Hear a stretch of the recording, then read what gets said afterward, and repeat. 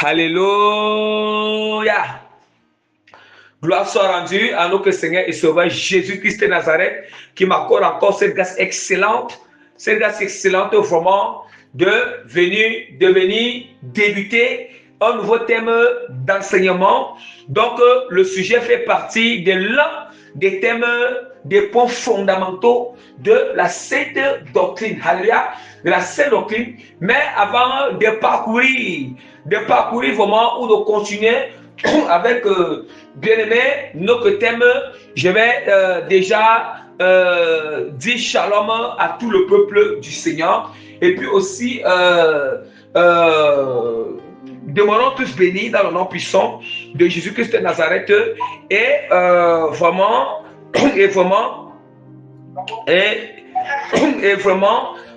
j'implore notre Seigneur et Sauveur Jésus-Christ, dans sa grande bonté, sa miséricorde, de nous remplir davantage de son amour, de nous remplir de sa compassion, de nous remplir de sa douceur, de sa paix, de sa joie, de sa miséricorde, l'humilité, la foi, la fidélité, la piété, la crainte pure, alléluia, la crainte pure vraiment, et ainsi que donc la vie de l'obéissance, de soumission à sa parole, et aussi de l'autre côté aussi, qu'il puisse nous remplir la grâce de vivre une vie de sanctification totale, une vie de sanctification complète. Alléluia.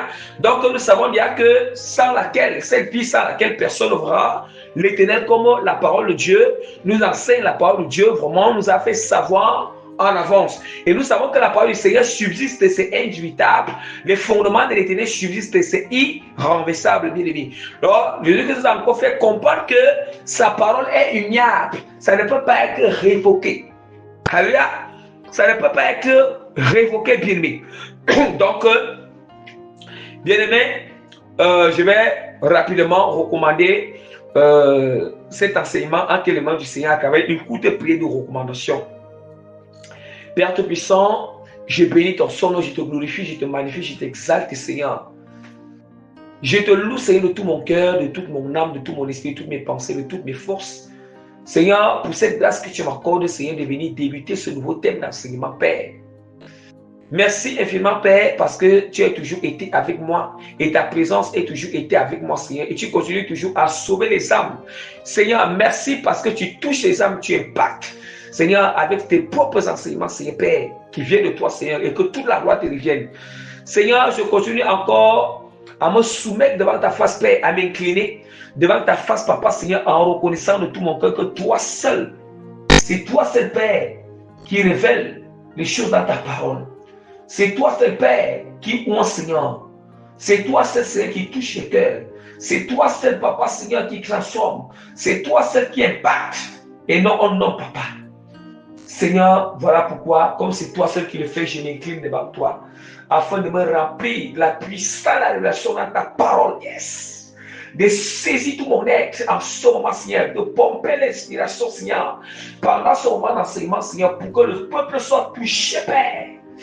Seigneur, de confier tout ce qu'ils vont écouter, Seigneur, je te pleure de se mouvoir dans le cœur, de se mouvoir à travers cet enseignement, cette parole soit un ciseau qui circoncise davantage, yes, des cœurs. Ça soit un ciseau, Père, épais qui déchire les voiles, Papa, Seigneur, dans les voiles maléfiques, dans les intelligences, Père, afin qu'ils comprennent ta parole, afin qu'ils puissent voir la splendeur de ton évangile qui sauve et qui amène au ciel, Père. Comprendre la portée, c'est la puissance de la croix, Seigneur, Père, de l'évangile. La croix, Seigneur, au nom puissant de notre Seigneur Sauveur Jésus-Christ Nazareth, ainsi que j'ai prié, Amen, que toute la gloire revienne encore à notre Seigneur Sauveur Jésus-Christ Nazareth, Amen. Alléluia. Donc, toute la gloire lui revienne. Bien-aimé, donc, par la grâce que le Seigneur m'accorde, en toute humilité, vraiment, je présente vraiment notre thème, notre nouveau thème d'enseignement qui est intitulé sur la nouvelle naissance spirituelle d'un chrétien et ses différentes étapes. Alléluia. La nouvelle naissance d'un chrétien et ses nouvelles étapes, bien-aimés. Alléluia, bien-aimés. Comme nous le savons déjà, que je suis tout cet enseignement par la grâce du Seigneur me pousse à enseigner vraiment tous les points fondamentaux de la sainte doctrine. Ça veut dire que ce sont des points fondamentaux de la source. Ça veut dire que d'autres prédications, d'autres témoignages sont révélés, inspirés par le Seigneur, les exhortations inspirées par Dieu. Ça ne s'ajoute que, ça veut dire que ça s'ajoute seulement sur les points fondamentaux de la sainte doctrine. Or, les points fondamentaux de la sainte doctrine, ce sont les points où, si cette connaissance n'habite pas en nous, si on ne pratique pas ces points-là, ce sont des points vraiment qui nous fait entrer au ciel, qui fait vraiment que nous soyons vraiment des vrais chrétiens. Nous soyons bien dans la vraie sainte doctrine. Alléluia. Dans la vraie sainte doctrine. Or, j'ai eu enseigné sur vraiment que la repentance profonde, 10 parties, enseigné sur le débarrassement des impuretés, sur 10 parties bien-aimées. Sur 10 parties. Et puis ainsi, la délivrance sur l'autodélivrance que vraiment qui a été démarré par la grâce du Seigneur. Maintenant, voici aussi l'un des sujets très très importants à ne pas négliger. Très important. Et j'invite le peuple à être attentif, le peuple à comprendre les profondeurs. C'est à travers ces enseignements que vous allez discerner les fausses doctrines et les vraies doctrines. C'est à travers ces enseignements que vous allez voir comment vraiment vous allez comprendre vraiment comment la marche se passe avec le Seigneur. Alléluia. Bien-aimé, vraiment, nous savons que je vais déjà annoncer le sommet. Je vais annoncer rapidement le sommet vraiment de notre thème. Donc, le sommet de notre thème sera apporté vraiment, sera porté sur le grand temps. Le grand temps qui sera vraiment la nouvelle naissance spirituelle. Alléluia. La nouvelle naissance spirituelle. Et puis, le grand 2 qui sera enseigné aussi prochainement sera aussi porté sur les étapes de la nouvelle naissance spirituelle. Dans les différentes étapes de la nouvelle naissance spirituelle. Donc, sans toutefois tarder, nous allons rapidement commencer avec le grand thème. Le grand thème, bien aimé, le petit sous-thème vraiment, qui est vraiment la nouvelle naissance spirituelle elle-même. Alléluia. Grand thème, la nouvelle naissance spirituelle elle-même, bien aimé.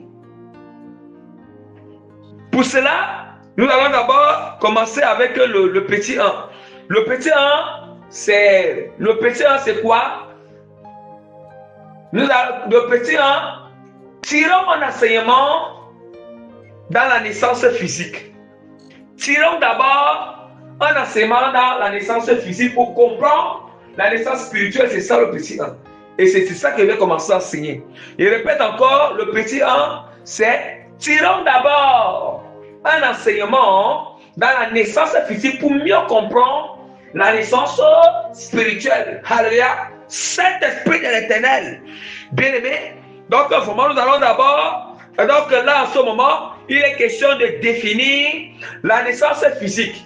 Pour que nous comprenions la naissance physique. Alléluia. Bien-aimé, regardons très bien. La naissance physique, c'est le commencement de la vie. Le commencement de la vie de l'organisme, le commencement de la vie d'un bébé. Alléluia. Le commencement de la vie d'un bébé hors de l'organisme maternel. C'est encore la mise au monde d'un enfant ou d'un bébé bien-aimé. Alléluia, bien-aimé. C'est ça la naissance physique. Je répète encore, la naissance physique, c'est le commencement de la vie d'un bébé, d'un enfant hors de l'organisme maternel. C'est encore la mise au monde d'un enfant ou bien d'un bébé. Alléluia. Que toute la gloire revienne encore à notre Seigneur et Sauveur, Jésus-Christ de Nazareth. Voilà ce qui concerne, bien-aimés. Regardons très bien. Regardons très bien, je vais expliquer. Je vais encore mieux expliquer les profondeurs. Prenons l'exemple. Prenons l'exemple, si un enfant ou un bébé, bien me comprenez bien à ce niveau. Pour que vous allez comprendre l'importance que si on ne naît pas de nouveau là, c'est l'enfer. Nous jouons pas avec cet enseignement. Ça, c'est un enseignement qui est certainement crucial. Très crucial, important, bien aimé. Regardons bien si un enfant, prenons l'exemple, si un enfant ou un bébé ne naît pas du ventre de sa mère, il ne peut pas vivre dans ce monde physique parce que il ne peut pas vivre dans ce monde physique ou bien il ne peut pas hériter certaines choses qui sont dans ce monde physique. Nous sommes d'accord. Là, nous sommes d'accord. Mais si l'enfant ne sort pas du ventre de sa mère, et tant que l'enfant est encore dans le ventre de sa mère, l'enfant est dans un autre monde, là pas son autre monde. Non, il n'est pas encore dans notre monde, bien aimé. Non, il n'est pas encore dans notre monde.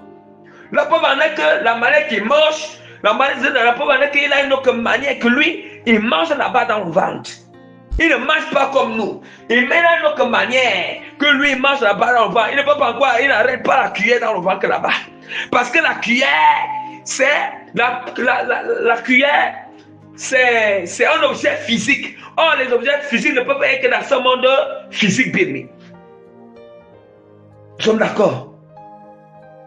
Ça veut dire que quand l'enfant est encore dans le ventre, non, l'enfant lui n'est pas encore dans notre monde. Il n'est pas encore dans notre monde. Il est encore dans un autre monde, dans le ventre. C'est là-bas. Le ventre, c'est un autre monde. Il faut que nous comprenons d'abord la portée.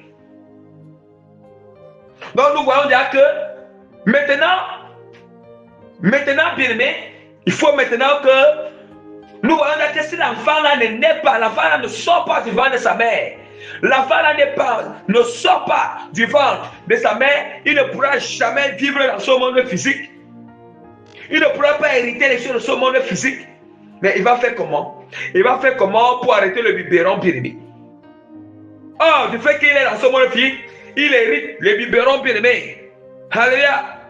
Il va hériter le lait maternel. Le lait maternel, quand le lait maternel sort, c'est visible. Bien-aimé, il va maintenant hériter, bien-aimé, les nourritures physiques. Les nourritures physiques, ce n'est pas le genre qu'il a fallu d'abord que la mère mange d'abord. Non, que c'est lui-même qui mange le bébé. Même qui mange maintenant. Donc le bébé ne pourra pas hériter. Il ne pourra pas hériter, bien-aimé. Vous voyez? Du fait qu'il est lavé physiquement, s'il n'était pas sorti du ventre de sa mère, comment est-ce qu'il sera lavé d'une manière physique? Comment est-ce qu'on allait lui mettre dans la bassine? Comment est-ce qu'on allait l'habiller avec les couches? Il ne pourra pas hériter ni les couches, ni les bébés chéris bien-aimés, qu'on met sur les bébés. Vous voyez? Oh, du fait qu'il est sorti, s'il ne sortait pas du ventre, il devait rester nu là-bas. Nu là-bas, bien-aimé. Hein? L'enfant devait rester là-bas. Donc, du fait qu'il est sorti maintenant du ventre, il hérite certaines choses dans ce monde physique. Les choses qu'il apporte, les bienfaits. Or, quand le bébé naît, on doit nourrir le bébé. Yes, on apporte des bienfaits au bébé. Mais comprenons d'abord, on doit d'abord comprendre par là. Parce qu'on ne peut pas parler de naissance spirituelle si on ne touche pas d'abord. Yes! La naissance physique, on ne conduit pas d'abord avec la naissance physique. Afin que vous compreniez la portée de la parole spirituelle de Christ. Alléluia. Bien aimé, maintenant nous allons passer sur le petit 2. Le petit 2 vraiment, c'est quoi? C'est les différentes révélations profondes. Les différentes révélations profondes sur la nouvelle naissance. Donc nous allons donner vraiment les révélations profondes sur la nouvelle naissance spirituelle. Alléluia. Les révélations profondes sur la nouvelle naissance spirituelle. Donc, ça va nous amener à comprendre. Soit, je peux dire le petit de là, je peux dire que qu'est-ce que la nouvelle naissance spirituelle? Soit c'est un peu ça. Vous voyez? C'est la même chose. Quand je dis que les relations profondes sur la nouvelle naissance spirituelle, ou bien, qu'est-ce que la nouvelle naissance spirituelle? Même parce qu'on ne va pas parler Dans le plan 2, peut-être prochainement, nous allons pas enseigner sur les différentes étapes de la nouvelle naissance sans même savoir qu'est-ce que la nouvelle naissance spirituelle. C'est d'où maintenant on va donner les révélations profondes, les différentes révélations profondes sur la nouvelle naissance spirituelle. Alléluia. Bien aimé, la parole du Seigneur, nous allons d'abord, expliquons d'abord une première explication ou une première révélation profonde. La nouvelle naissance, en fait, l'explication qui est tellement très symbolique, biblique et pratique, d'une manière spirituelle, c'est purement spirituel, c'est très simple. La nouvelle naissance spirituelle, c'est la réception du baptême d'eau et le baptême du Saint-Esprit. C'est ça la nouvelle naissance spirituelle.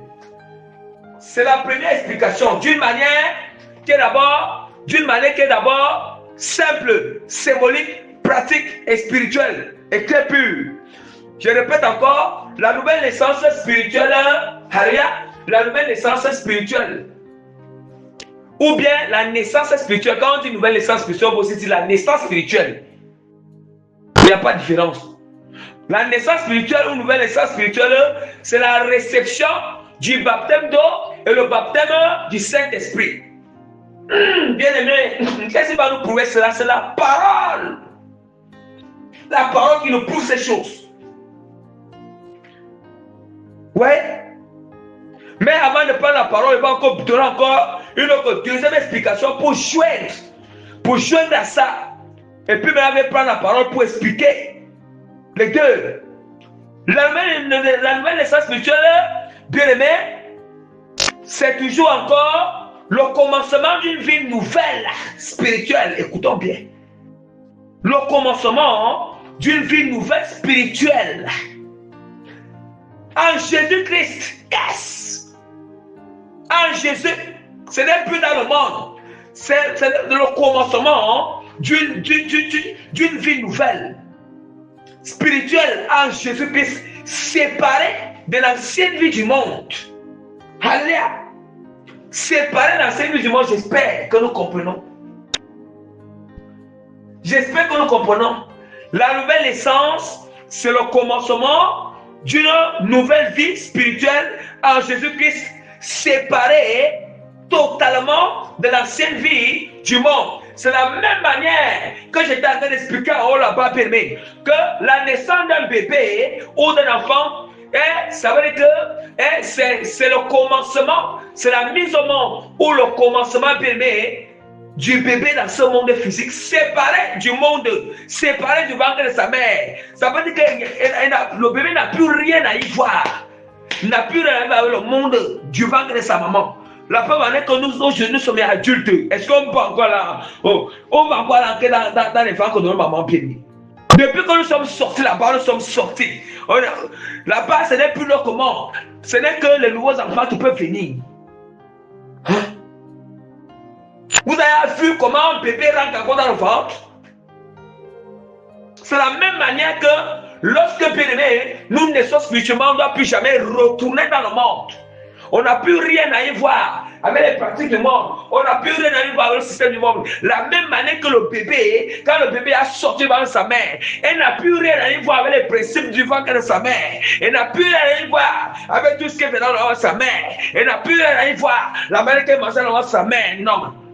Non, non, non. Les protocoles changent. Tout a changé, bébé. Alléluia. Tout a changé.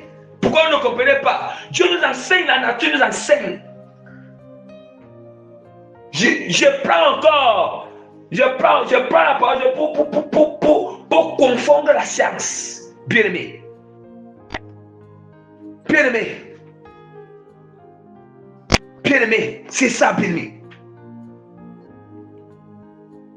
Vous voyez? Ça veut dire que nous avons vécu en temps normal avec l'homme doit vivre dans plusieurs mondes. Donc l'homme vit d'abord dans le monde du ventre de sa maman. Et puis maintenant, il vient maintenant, deuxième. Ça veut dire que c'est sa première naissance. C'est la première naissance physique. Oh, s'il y a naissance, il a d'abord vécu dans le ventre. Le ventre, c'est notre monde. Et puis maintenant, Il a changé maintenant de monde. Il vient maintenant dans le monde physique. Et puis un temps aussi, Dieu nous laisse. Un temps aussi, Dieu va permettre quand nous sommes nés physiquement. Dieu aussi nous laisse un temps pour vivre selon le monde. Voilà, ouais. Comme la femme fait une durée dans le ventre, la parole de Dieu est très claire. Il y a un temps pour toutes choses. La femme fait une durée dans le ventre. Et dès que la durée de 9 mois là termine, Dieu a dit que ça termine comme ça. Tu quittes ce monde, quitte dans le monde. Quitte dans le ventre maintenant, tu peux aller dans l'autre monde là-bas. Alléluia. Dès qu'on est aussi dans ce monde physique, Dieu aussi nous donne un temps. Il nous fixe un temps où on va vivre selon le monde. Dès que le temps là, Dieu dit que assez. Il est temps maintenant que tu sors là-bas de ce monde. Tu sors là-bas pour entrer aussi dans ce nouveau monde. Pour entrer dans ce nouveau monde qui est le royaume des cieux. Le royaume des cieux bien-aimé. Dans ce nouveau monde qui est le royaume des cieux, c'est d'où maintenant, bien aimé, vous allez comprendre la portée de cela. D'où maintenant la parole du Seigneur va nous dire quelque part. La parole de Dieu va nous dire quelque part dans Jean chapitre 3, vous allez comprendre la portée. Jean chapitre 3, verset 3 à 8. Je lis notre puissant de Jésus. Jésus lui répondit, en vérité, je te le dis. Si un homme n'est né d'eau, si un homme n'est né de nouveau, écoutons bien. Si un homme est né de nouveau, il ne peut pas voir le royaume de Dieu. Est-ce qu'on entend? Oh, je vous ai dit que naître de nouveau, c'est de recevoir le baptême d'eau et le baptême du Saint-Esprit. C'est la parole qui va encore nous confirmer davantage. Écoutons bien. Nicodème lui dit, comment un homme peut-il naître quand il est vieux? Oui. Comment un homme peut-il naître quand il est vieux? Parce que Nicodème, il sait qu'il a fait la première naissance qui était la naissance physique. Hein? Et puis Nicodème dit que peut-il rentrer encore dans le sein de sa mère et naître? Vous entendez? Mais j'ai béni le Seigneur, les choses qui sont en train de parler, la parole va encore confirmer. Je vous ai dit que est-ce qu'un enfant encore, est-ce que quelqu'un, quand il y a un né, tu peux encore rentrer encore dans le ventre de ta mère? En aucun jour, jamais. En aucun jour. Nicodème même en train de parler des choses que bon, il ne comprend pas, mais en même temps des choses qui ont de sens, mais lui ne comprend même pas pourquoi, mais des choses qui ont de sens maintenant dans le monde spirituel, qu'étant né de nouveau, on ne peut plus rentrer dans ce monde physique.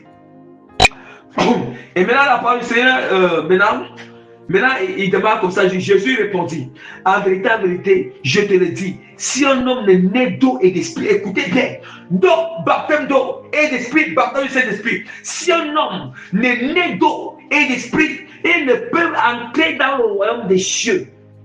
Si il ne peut entrer dans le royaume des cieux, ce qui est né de chair est chair. Écoutons bien, attendez d'abord. Il dit d'abord que si un homme n'est né d'eau et d'esprit, il ne peut pas entrer au royaume des cieux. Bien, mais ne jouons pas avec la parole. C'est indubitable, immuable. La parole de Dieu est immuable. Quand Dieu dit quelque chose, quand Jésus dit, il a dit quelque chose, ne blâmons pas avec sa prescription. Ne blâmons pas avec son principe. Ne blâmons pas avec ses préceptes. Il est très clair. Mais, oh bien aimé. Mais bien aimé, ce qui est encore très excellent, c'est que quelque part, quelqu'un très excellent, c'est que il dit, ça veut dire qu'il répète en vérité, yes. En vérité, ça veut dire que double. Le mot là est double. Oh, quand c'est double, c'est au carré, bien. Yes. En vérité, bien. Il dit que, en vérité, bien, mais précisons c'est combien? Vérité, c'est combien de fois? C'est là où on doit comprendre, on doit être sérieux. Quand le Seigneur dit quelque chose, ne jouons pas. On doit avoir la crainte. Si on ne respecte pas le protocole, si on ne sort pas dans cet état-là, on doit se poser des questions. Hey, il faut vraiment que je cherche à naître de nouveau. Alléluia. Je cherche à naître de nouveau. C'est très clair. Il dit maintenant, il dit que Jésus répondit en vérité, je te le dis. Si un homme est né d'eau et d'esprit, il ne peut entrer dans le royaume des cieux. Vous entendez? Indubitable. Il y a des chrétiens qui sont, des gens qui disent qu'ils sont chrétiens ne sont jamais nés de nouveau. Ils parlent sur le Saint-Esprit, ce sont les esprits des pitons, les esprits impurs qui les agitent. Croyant que c'est des faux onctions. Et puis il passe sur le Saint-Esprit. Même si on a le péché, même on se recouvre, il passe sur le péché. Il passe, oui, pour moi, on a la foi en Jésus. La foi en Jésus. La foi. La vraie foi en Jésus-Christ, c'est, bien aimé, de recevoir le Saint-Esprit. Hein? La vraie foi, quand on croit en Jésus-Christ, nous croyons. Quand nous croyons en Jésus-Christ, bien aimé, c'est pour se répartir. Pour obéir, on dit que la foi, hein, on dit qu'une fois sa œuvre est morte. Or, la foi avec les œuvres est vivante. Ces œuvres, les œuvres, la foi, c'est quoi? C'est se répartir. Poser les fruits de la repentance. C'est le vie de sanctification, une vie d'obéissance, une vie d'intégrité, une vie de justice, une vie d'honnêteté, une vie de voiture, une vie de piété, hein? Une vie de vérité, une vie de transparence. Oui. Donc, de voiture. Une vie de saine aucun total. Une vie d'intimité avec le Seigneur. Le Seigneur est très clair. Celui qui n'est né point d'eau et d'esprit, il ne peut pas entrer au ciel. C'est indubitable. Parce que quand tu es païen là, tu meurs païen, tu ne entres pas au ciel. Tu meurs chrétien, tu ne entres pas au ciel. Okay. Tu n'entres pas bien né. Tu n'entres pas parce que tu es rebelle. Oh, il dit que si tu ne réponds pas, je viendrai chez toi, bien arracher, ôter le chandelier que le Saint-Esprit. Si même d'abord tu l'as d'abord reçu, tu l'as d'abord reçu, bien. Pourquoi nous ne comprenons pas ces choses? Nous ne comprenons pas ces choses comment? Si nous comprenons ces choses, nous allons veiller à notre salut. On va, comme Paul avait dit, cramer que ça avec crainte et tremblement, bien aimé. On va cramer que ça avec crainte et tremblement, ne jamais perdre le Saint-Esprit. Et puis les gens qui négligent le baptême d'eau là, attention. En tout cas, je vais enseigner sur ces choses. Mais je vais enseigner, on ne prend pas le baptême d'eau pour prendre. Mais je vais enseigner dans le grand 2, je vais enseigner sur toutes ces choses. Ne soyez pas inquiets. Tous les gens qui étaient beaucoup inquiets à ce qui concerne le baptême d'eau, je vais enseigner sur ces choses. Voilà, du moment où tu restes dans ce cadre, Dieu il comprend, juste à ce qu'il va permettre le vrai serviteur pour baptiser d'eau. Et donc, vont se reconnaître si vraiment c'est le vrai baptême d'eau qu'ils ont reçu. C'est très important. C'est très important. Ne soyez pas ébranlés, ni scandalisés, ni inquiets, ni troublés. Yes, la parole de vérité permet à la permet. C'est Jésus de Nazareth. C'est lui qui apporte la lumière et la parole de vérité. Il continue encore à dire. Il continue encore à dire. Regardez bien. Excusez-moi. Il continue encore à dire que ce qui est né de chair est chair. Ouais. Ce qui est né de chair est chair. Ouais, ça veut dire que comme l'enfant était né du ventre de la mère, là c'est chair. L'enfant est chair, voilà pourquoi il doit vivre dans le monde physique. Pourquoi? Parce que l'enfant doit venir vivre dans le monde physique. Ce qui est né de chair est chair. Oui. Ce qui est né de chair est chair. Oui. Et ce qui est né de l'esprit est esprit. Ok. Ce qui est né de l'esprit est esprit. Pourquoi nous ne comprenons pas cela? Ce qui est né de chair est chair. Ça veut dire que quand nous naissons, quand nous sommes encore dans le monde, nous sommes nés dans la chair et puis nous ne vivons que selon la chair quand nous sommes encore dans le monde. Parce que le monde veut selon le monde physique. Et puis étant dans le monde, on vit encore selon le monde, les lois du monde qui sont la chair, les hommes de la chair. Maintenant, il dit que celui qui est né esprit est esprit. Il dit que ce qui est né esprit est esprit. Or, ce qui devient esprit maintenant, c'est la parole du Seigneur. C'est la scène auquel qui est esprit. La parole est très claire. La parole, c'est Jésus-Christ, il dit dans Jean. Il dit dans Jean bien-aimé, dans Jean, vraiment, si je ne me trompe pas, quelque part, il nous dit dans Jean chapitre 6, verset 63, que les paroles que je vous ai dites sont esprit et vie. Yes! Nous comprenons que voilà ce qui est un esprit à esprit. Les paroles que vous nous donnez, esprit et vie. Est-ce que nous comprenons? Et il dit que la chair ne sert à rien, mais c'est l'esprit qui vivifie. C'est l'esprit qui vivifie. Hein? Les paroles que je vous ai données sont esprit et vie, bien-aimés. Il y a quel rapport? Nous sommes allés de louer encore quel rapport de vivre encore selon la chair? Il y a encore quel rapport de pratiquer encore le monde? Ça veut dire qu'il n'y a pas encore le Saint-Esprit à nous. Oh, il dit que c'est qu'il y a un esprit. Si nous sommes allés d'esprit, ça veut dire que la puissance du Saint-Esprit nous amène à béir la parole. Nous amène à ne plus forniquer. La puissance de la suicide de la chair.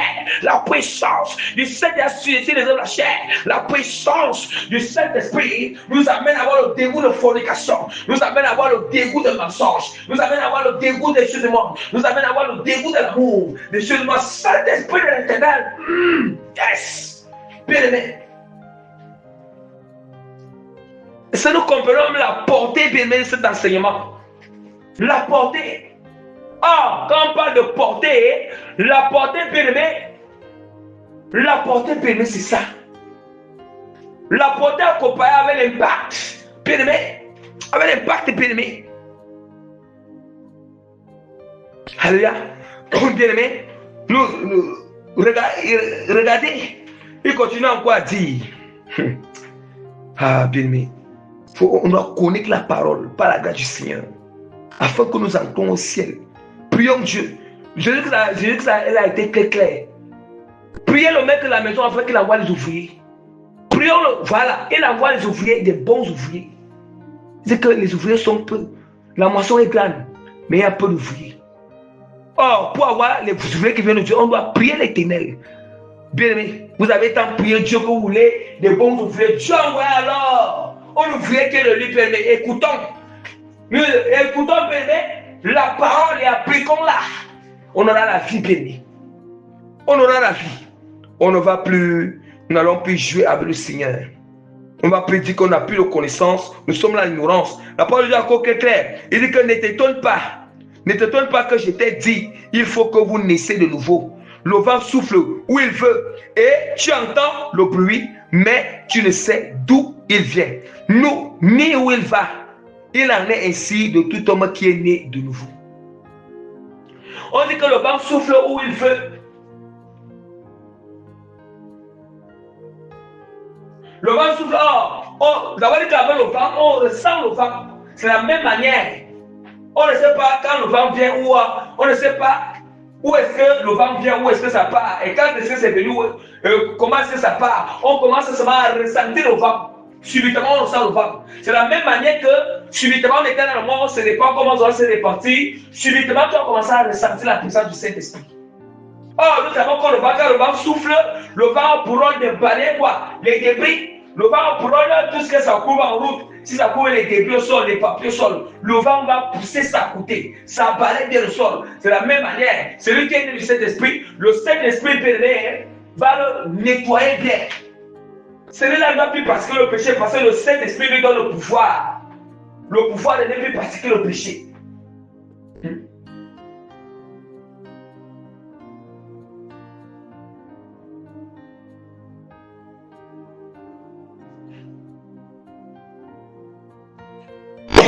Regardez, la parole du Seigneur, nous sommes toujours. Romains 8, verset 9 nous dit, pour vous, vous ne vivez pas selon la chair, mais selon l'esprit. Si du moins l'esprit de Dieu habite en vous, si quelqu'un n'a pas l'esprit de Christ, ne lui appartient pas. Est-ce qu'on entend? Est-ce qu'on entend encore? Ça confirme encore ce que Jésus-Christ a dit. Jésus-Christ a dit que celui qui n'est né point d'eau et de l'esprit permet ne peut pas entrer au ciel. Il ne peut pas entrer au ciel. Et la parole de Dieu nous confirme encore dans Romains 8, verset 9, que celui qui n'a pas l'esprit de Jésus qui ne l'appartient pas. Ça veut dire qu'on n'appartient pas au ciel. On n'appartient pas au ciel. Nous n'appartenons pas. On meurt, on ne part pas au ciel. On ne part pas. On ne part pas au ciel. Et la parole de Dieu encore que la parole de Dieu nous dit que celui qui est conduit selon l'esprit est appelé fils de Dieu. Fils de Dieu parce que pour aller au ciel, ce n'est que le Saint-Esprit qui peut nous conduire. C'est lui qui peut nous conduire pour entrer au ciel. Vous pensez qui nous conduit vers le ciel? Le Seigneur, c'est Jésus-Christ lui-même. Jésus-Christ a dit que le chemin, la vérité, la vie. Il est aussi la lumière. Et c'est le Seigneur qui est la lumière. Le Seigneur qui est la vérité. Le Seigneur qui est la vie. Le Seigneur qui est le chemin. Et alors, nous voulons comment?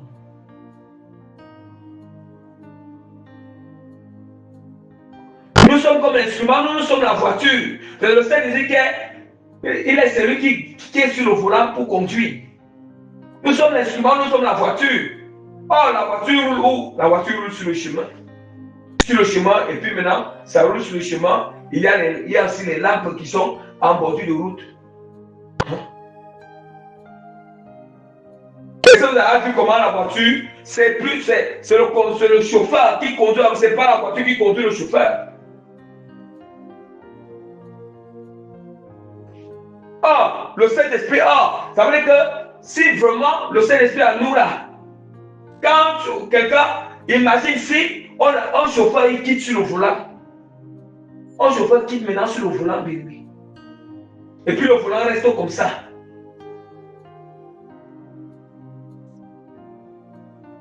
Ouais. La voiture a fait l'accident. La voiture a fait l'accident.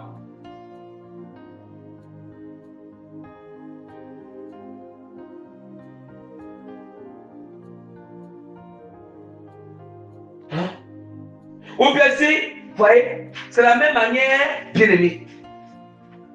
Nous, quand le Saint-Esprit n'est pas là, ça on va quitter nous-mêmes, ça on quitte nous-mêmes, c'est la chair. Et puis, on meurt, on part en enfer.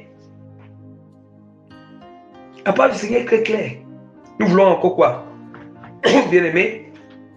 Donc là, maintenant, je vais donner, je vais vraiment donner la troisième révélation ou la deuxième explication profonde du baptême. Autant pour moi, je m'excuse, de la nouvelle naissance, ou bien de la nouvelle naissance spirituelle, ou bien la naissance spirituelle. Alléluia. Donc, je vais encore dire, la naissance spirituelle, c'est quoi? La naissance spirituelle, c'est la conversion sincère et profonde en Jésus-Christ d'un individu dans le but de devenir une nouvelle créature. Je répète, la nouvelle naissance, c'est encore la conversion sincère et profonde en Jésus-Christ d'un individu dans le but de devenir une nouvelle créature. Entendez bien. Dans le but de devenir une nouvelle créature. Quand on parle de conversion, la conversion, c'est le changement. Oh, la parole de Dieu va nous prouver. La parole de Dieu va nous prouver. Qu'est-ce que Dieu a changé à nous?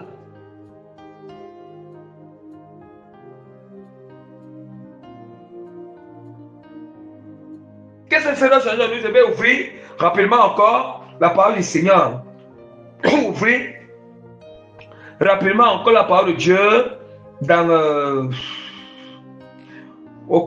dans Matthieu 18, verset 3 à 4. Et il dit, je vous le dis en vérité, qui? C'est Jésus-Christ. Toujours en vérité. Je vous le dis en vérité, si vous ne vous convertissez et si vous ne devenez, si vous ne vous convertissez, écoutez bien. Oh, c'est la nouvelle naissance. Si vous ne vous convertissez, donc pour dire encore que si vous ne naissez pas de nouveau, ouais, et si vous ne naissez pas spirituellement, si vous ne vous convertissez et si vous ne devenez comme les petits enfants, vous n'entrerez pas dans le royaume des cieux. Entendez bien. Vous n'entrerez pas dans le royaume des cieux. C'est pourquoi quiconque se rendra humble comme ces petits enfants sera le plus grand dans le royaume des cieux. Est-ce qu'on entend? Si on ne se convertit pas, ici la parole de Dieu va nous démontrer pour expliquer bien même conversion. Quand on parle de conversion, c'est quoi? Il s'agit de quoi? Qu'est-ce qui va être converti? Bien, la parole du Seigneur nous dit dans Ézéchiel chapitre 36, verset 26, je vous donnerai un cœur nouveau. Est-ce que vous entendez?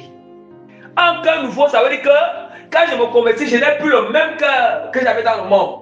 Le cœur qui était dans le monde, c'était un cœur de fornication, un cœur d'adultère, un cœur de mensonge, un cœur d'infidélité, un cœur de vol, un cœur qui aime les séries du monde, un cœur qui aime les films pornographiques, un cœur qui aime les querelles, les disputes, un cœur de jalousie,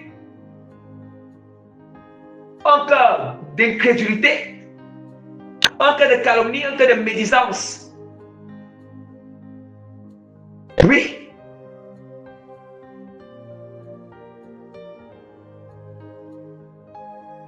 Un cœur qui dit faussement sur les gens. Hein? Un cœur qui se vagabonde partout. Le cœur qui amène à aller partout. Oh, je pars là-bas, je pars là-bas, je pars là-bas, je vais m'asseoir, je fais les causeries, il y a des calomnies et tout ça. Je pars, bébé, c'est comme si, je ne sais pas bien. Hein? Non, moi, c'est un désordre. Hein?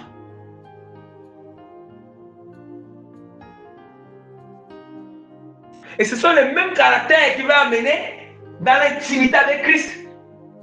Ça ne se passe pas comme ça. Ça ne se passe pas comme ça. Il a été très clair. Est-ce que nous entendons? Est-ce que nous entendons? Je vous donnerai un cœur nouveau et je mettrai en vous un esprit nouveau. Je jeterai de votre corps un cœur de pierre et je vous donnerai un cœur de chair. Est-ce qu'on entend? C'est Dieu, c'est ça qui se voit la conversion. Or, le cœur que Dieu nous donne, c'est le cœur qui est selon l'image du Seigneur. C'est le cœur qui est selon l'aspect de Dieu, le caractère du Seigneur, le comportement du Seigneur, les pensées du Seigneur, les sentiments du Seigneur, l'affection du Seigneur, la passion du Seigneur. La volonté du Seigneur. Quelle est cette volonté? Quels sont ces attributs qu'il cite? Il y a l'amour, il y a la paix, il y a la joie, il y a la douceur, il y a le pardon, il y a la miséricorde, il y a la piété, il y a l'obéissance, encore obéissant. Là, en cas de sanctification, en cas pur, en cas de vérité, on ne dit plus le mensonge, mais c'est la vérité. Il n'y a plus de malhonnêteté dans ce cœur, il y a la vérité dans ce cœur. Il n'y a plus l'injustice, c'est la justice dans ce cœur, la vertu qui est dans ce cœur. La transparence qui est dans ce cœur, la sincérité qui est dans ce cœur, plus l'hypocrisie, bien aimé. Hein? Il n'y a plus d'idolâtrie dans ce cœur. Il n'y a plus de sournoiserie, bien aimé, la ruse dans ce cœur. Hein? Il n'y a plus, ce n'est plus gros cœur. Il n'y a plus les longs yeux dans ce cœur. Les longs yeux, bien aimé. Il n'y a plus l'escroquerie dans ce cœur. Hein? Il n'y a plus les prétextes. Les prétextes dans ce cœur. Les vieilles habitudes, les vieilles natures, il n'y a plus ça dans ce cœur. Il y a une nouvelle nature dans ce cœur. Des nouvelles habitudes dans ce cœur. Le nouvel homme est dans ce cœur. Hein? C'est ça, bien la nouvelle naissance.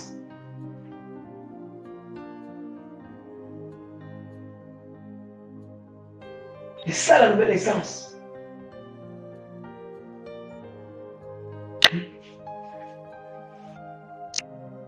Et c'est bien très clair.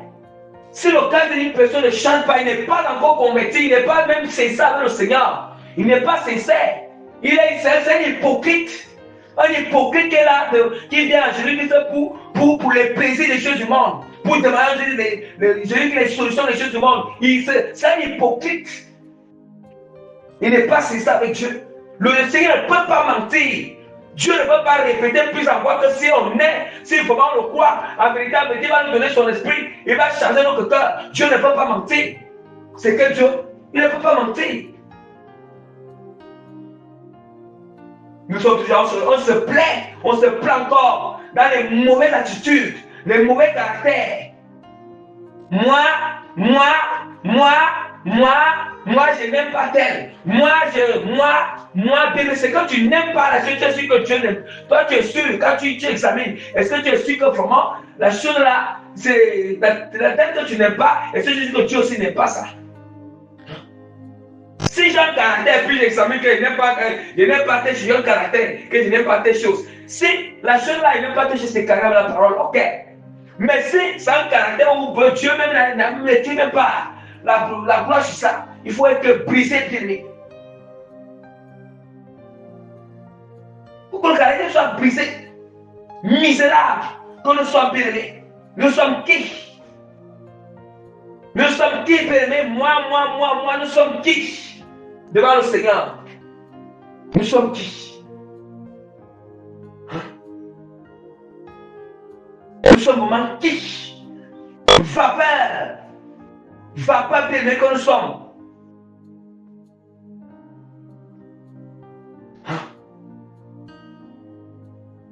On doit savoir que nous, en fait, le corps physique c'est tellement fragile, ça peut disparaître à n'importe quel moment.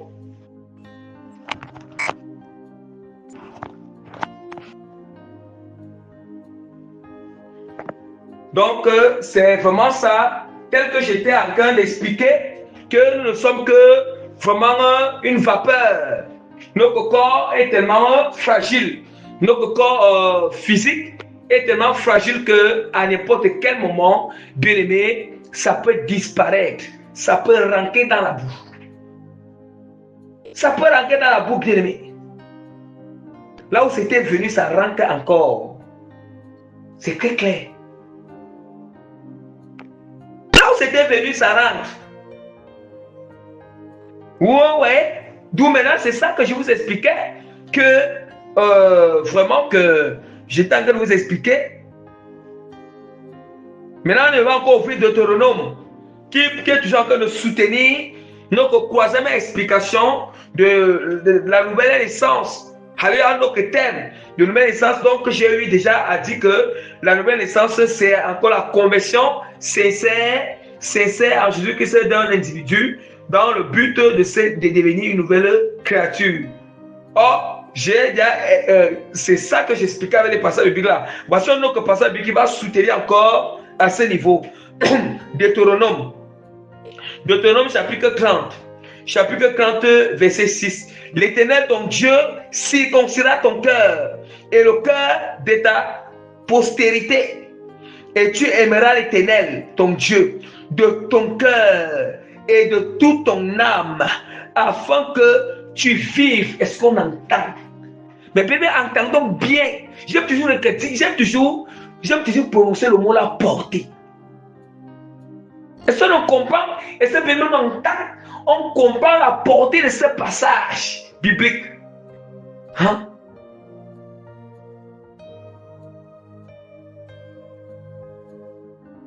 De ce passage biblique aimé. Il dit que l'Éternel ton Dieu circoncira ton cœur. Il s'agit de la conversion. Il s'agit de la nouvelle naissance. Ce qui prouve que l'Éternel ton Dieu circoncira ton cœur et le cœur de ta postérité. Ça veut dire que Dieu nous a promis que celui, quand il circoncise notre cœur, c'est un cœur qui va être obéissant à sa volonté. Il a dit que celui qui obéit à sa parole, celui qui aime Dieu de tout son cœur, il fait miséricorde jusqu'à la millième génération, bien-aimée. Ça veut dire que à partir dans ta famille là, quand toi tu as converti là, Dieu dit que si toi tu es converti, ton cœur change. Ça veut dire que tous les enfants que tu mets au monde là, bien aimé, il faut savoir que même si tu meurs, que tu as laissé tes enfants ne sont pas convertis, tes prières, Dieu va laisser tes prières pour se convertir. Dieu ne ment pas. Il est très clair. Il circoncira ton cœur. Ça veut dire que toi qui s'est converti là, mais je vais vous dire quelque chose. Ne confondez pas. On ne doit pas confondre. Quand on se convertit, c'est d'abord Dieu il parle de promesses par rapport à la descendance, par rapport à nos enfants qu'on va, si c'est un homme va engendrer ou si c'est une femme va enfanter. C'est là où Dieu parle de la promesse. Ça veut dire que tes enfants, tes petits-enfants, arrière-petits, et ainsi de suite, tout ce qui vont venir là, il dit qu'il va aussi circoncire le cœur. Il va aussi les faire miséricorde, d'accepter le chemin, d'emprunter aussi le royaume de Dieu comme tu l'as emprunté. Mais là, maintenant, Dieu, maintenant, au cas de notre famille paternelle, que ce soit père, maman, frère et soeur, c'est là-bas maintenant la parole de Dieu qu'il fait miséricorde à qui il veut. C'est comme ça. Il fait miséricorde à qui il veut, il fait périr qui il veut. C'est comme ça, bien-aimé. Donc ne confondons pas avec ce passage où Dieu dit qu'il fait grâce à ça. Non, là il s'agit de tes enfants. Voilà. Il s'agit, là ça veut dire que c'est ta lignée maintenant. Tu formes ta lignée. C'est ça.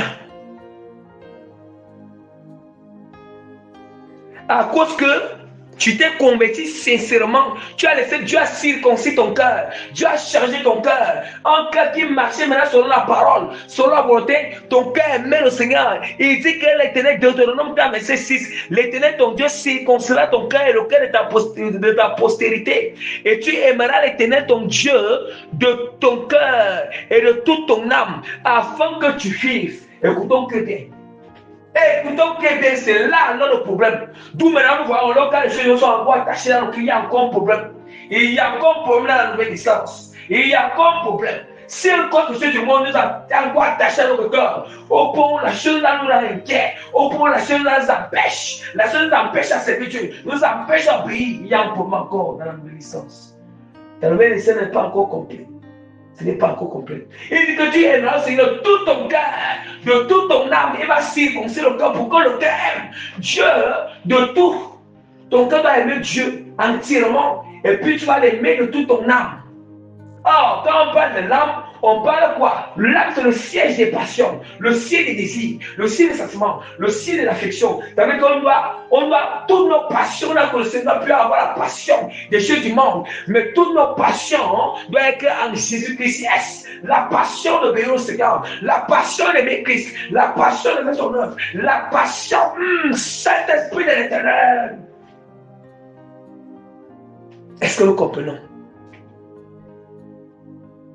Bien aimé, si quelqu'un a les enfants, si quelqu'un bien tu as des enfants et que tes enfants sont encore dans le monde, sont encore dans la rébellion, voilà, rassure-toi que tu te convertis sincèrement, rassure-toi que Dieu circoncis bien ton cœur, yes, afin que tu obéisses vers l'Éternel.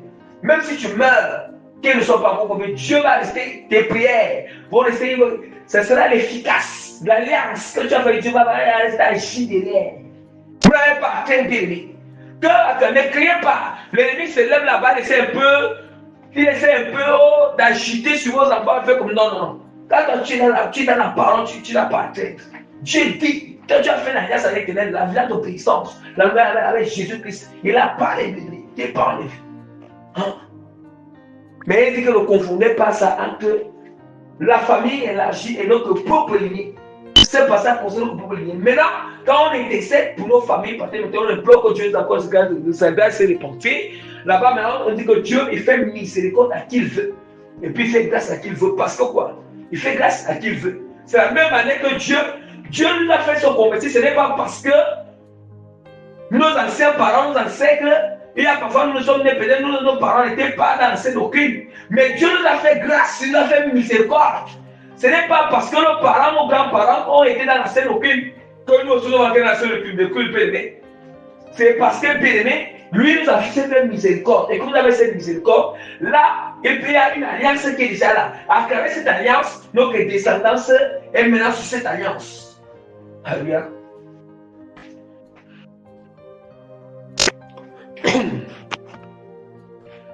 Donc, s'il est possible, Dieu peut aussi faire miséricorde à tous les gens des membres de la famille, père, mère, aussi, frère et soeur et tout.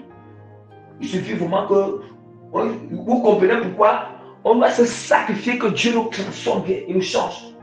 Si nous voulons vraiment que non seulement les enfants que tu auras, qu'ils soient rebelles, qu'ils soient comment, tu n'as pas d'identité. Quand le temps viendra, Dieu va le transformer, Dieu va l'enlever là-bas. Il va croire au Seigneur. Même s'il faut même que péter ça, même s'il faut que péter ça à la fin de sa vie. Peut-être le jour que c'est quand il est sur le lit de l'hôpital comme ça, c'est à ce moment-là que tu vois la menace se convertir. Il va se convertir et puis il va mourir dans tout ciel. Dieu a gardé de plusieurs manières. Donc, bien aimé, donc nous voyons, donc regardons. Maintenant nous continuons avec la parole du Seigneur. Voici, on va donner la dernière explication. La dernière explication de ce que signifie la nouvelle naissance. Alléluia. La dernière explication. Vous voyez, pour que nous comprenions bien la nouvelle naissance. La nouvelle naissance, ça veut dire que la dernière explication qui est comme une quatrième explication. La nouvelle naissance, c'est le fait que l'Église,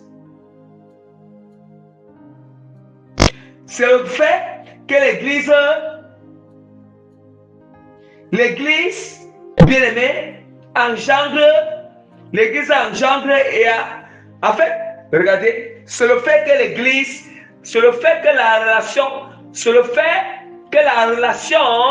que l'Église a avec Jésus-Christ, la relation spirituelle que l'Église a avec Jésus-Christ engendre et enfante spirituellement, ou met au monde les nouveaux convertis. Est-ce que nous comprenons? Je vais vous expliquer. Je donne encore. La nouvelle naissance spirituelle, c'est le fait que la relation spirituelle que l'Église a avec Jésus-Christ, cette relation donne un résultat. Ça veut dire que ça engendre et s'enfante bien-aimé spirituellement, s'enfante les enfants spirituellement et la mise au monde spirituel de nouveaux convertis. Ici, ce n'est pas... Ici, quand on parle de relation qu'on avait, c'est une relation spirituelle. Le Seigneur est esprit. Et il est pur, il est saint. Or, de la même manière que physiquement, spirituellement, il y a relation physique. De la même manière qu'il y a un rapport physique pour que l'enfant naisse entre le père et le père et la mère. C'est aussi comme ça que spirituellement, il y a aussi un rapport spirituel, mais ce n'est pas un rapport comme le rapport physique que vous connaissez là. Mais c'est l'intimité avec le Seigneur. L'intimité quoi? Ça veut dire qu'on se répand sincèrement, on croit comme Seigneur Sauveur. On se répand sincèrement, on commence à pratiquer la sanctification, on commence à obéir et on reçoit le Saint-Esprit. Quand on reçoit le Saint-Esprit, on commence à avoir une intimité avec le Seigneur. D'où maintenant l'église c'est l'époux et l'église c'est l'épouse. Or l'église c'est un ensemble de membres, un ensemble de chrétiens qui se réunissent. Chaque chrétien est membre, et c'est ça qu'il faut, l'ensemble de tous les membres du corps de Christ, c'est ça qui forme l'église.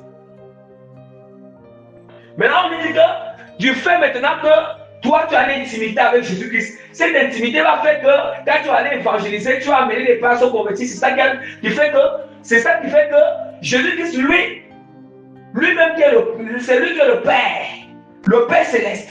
Dieu qui est le Père céleste. Et toi maintenant, chrétien de la sanctification, étant épouse de Christ, c'est la relation d'intimité que vous avez dit. C'est ça maintenant qui a fait que passer relation, il y a eu Jésus-Christ a engendré un nouveau enfant. Et comme nous sommes l'épouse, maintenant c'est nous, c'est l'église qui met au monde. Mais Jésus qui l'engendre. Est-ce qu'on entend? Spirituellement, c'est lui qui, quand on parle d'engendrer, c'est le Père qui engendre. Quand on parle de mettre au monde, c'est la mère qui met au monde. D'où maintenant c'est l'église qui met au monde. Qui met dans le monde spirituel, c'est pas dans le monde physique. Qui met où? Au roi monsieur. Et Jésus qui s'engendre.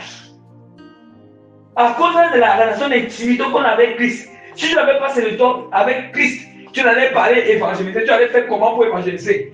Tu allais faire comment pour convaincre? C'est le Saint-Esprit qui va convaincre. Et du fait que le païen s'est répandu, s'est converti, s'est répandu, comment ça va là? C'est ça qu'on appelle enfanter maintenant un enfant spirituel. Enfanter un enfant périmé, spirituellement. Ça veut dire qu'un enfant a été mis au monde à cause de l'intimité que tu avais avec Christ. Un enfant a été mis au monde par rapport à la personne qui vient de se convertir et qui décide de se repentir. Vous comprenez la nouvelle naissance? Vous voyez? Vous voyez maintenant? C'est la vous voyez? Il dit que donc c'est ça. C'est le fait que l'Église a une relation spirituelle entre Voilà, avec Jésus-Christ. Cela engendre, mais enfante spirituellement.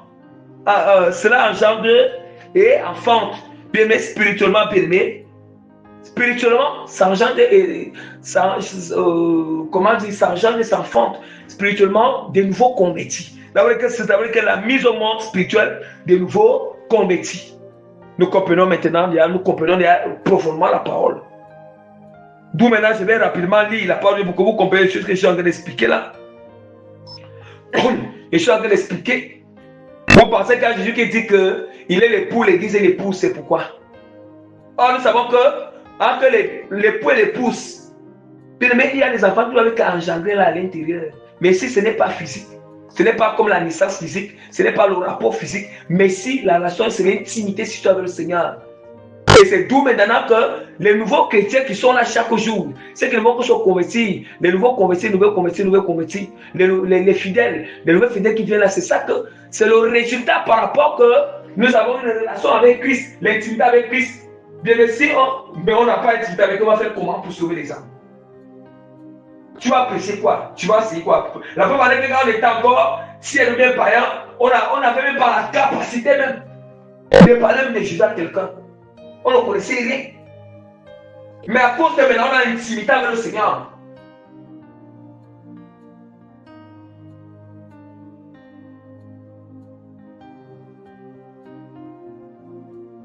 L'intimité avec Dieu.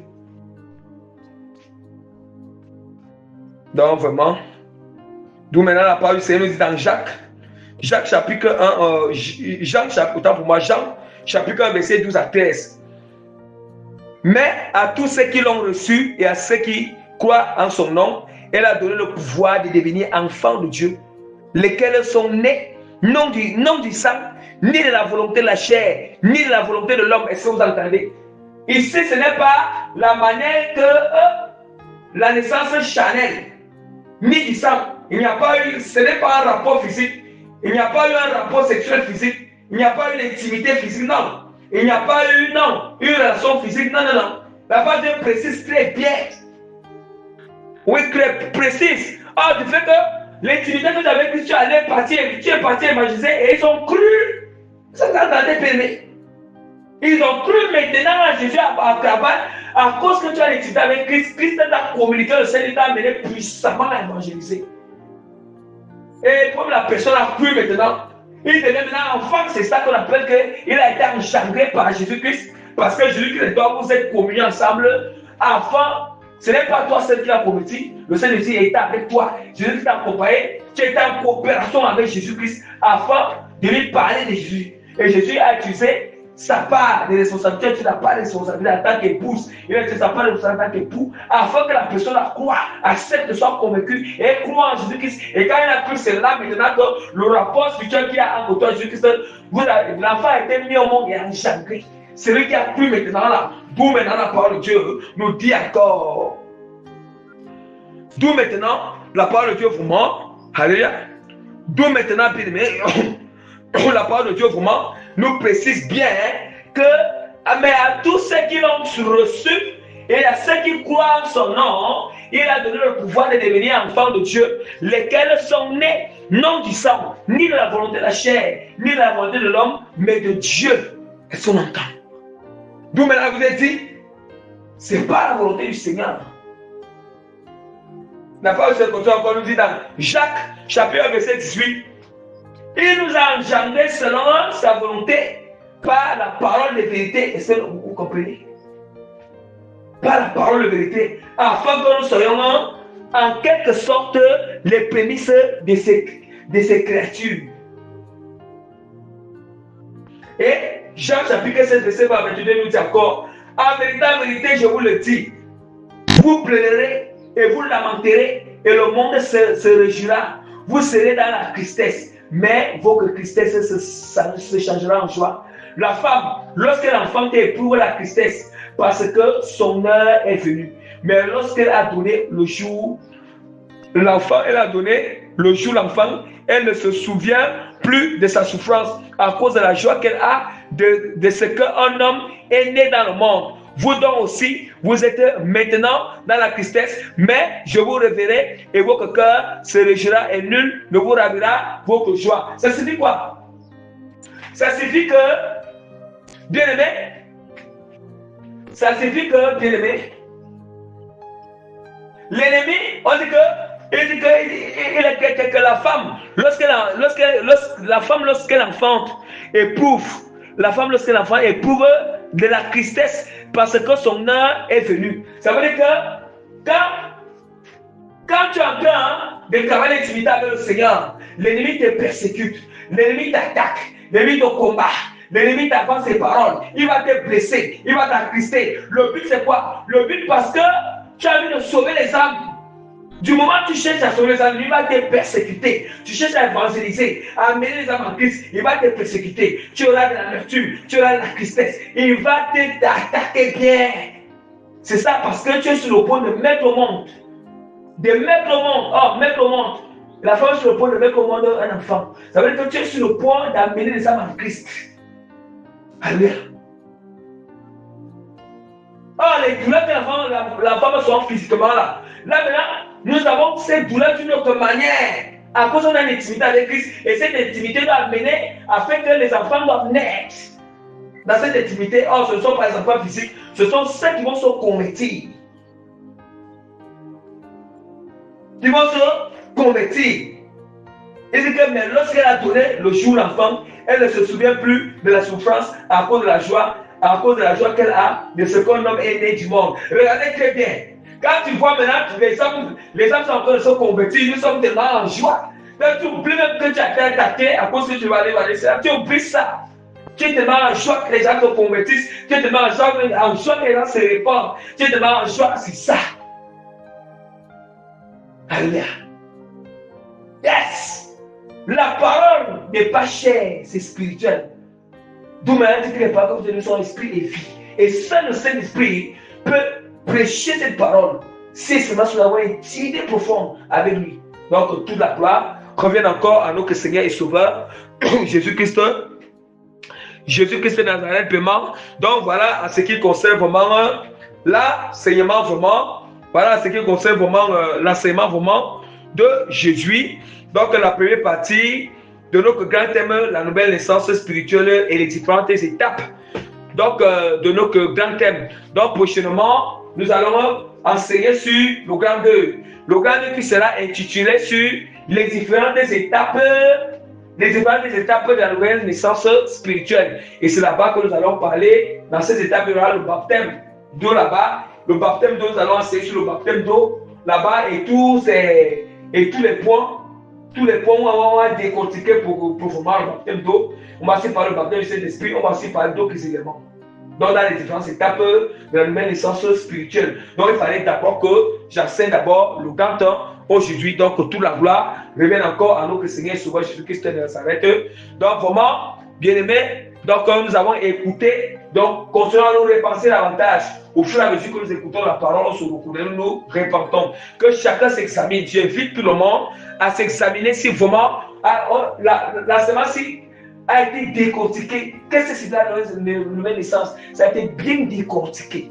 Donc, c'est quelqu'un doit s'examiner pour voir est-ce que vraiment, en tant que chrétien, je suis vraiment de nouveau. Et puis, à la suite de l'enseignement sur les différentes étapes, la personne verra aussi qu'est-ce qu'il a. Il n'a pas, c'est quel principe il n'a pas encore respecté quel principe, qu'est-ce qui reste pour que sa nouvelle naissance soit au complet. On doit être prudent de peur qu'on finit on se dit qu'on a fini dès que le chrétien appelle la mort, c'est l'enfer. Créons l'éternel. Il s'agit, le cœur doit changer totalement. De peur, tu meurs.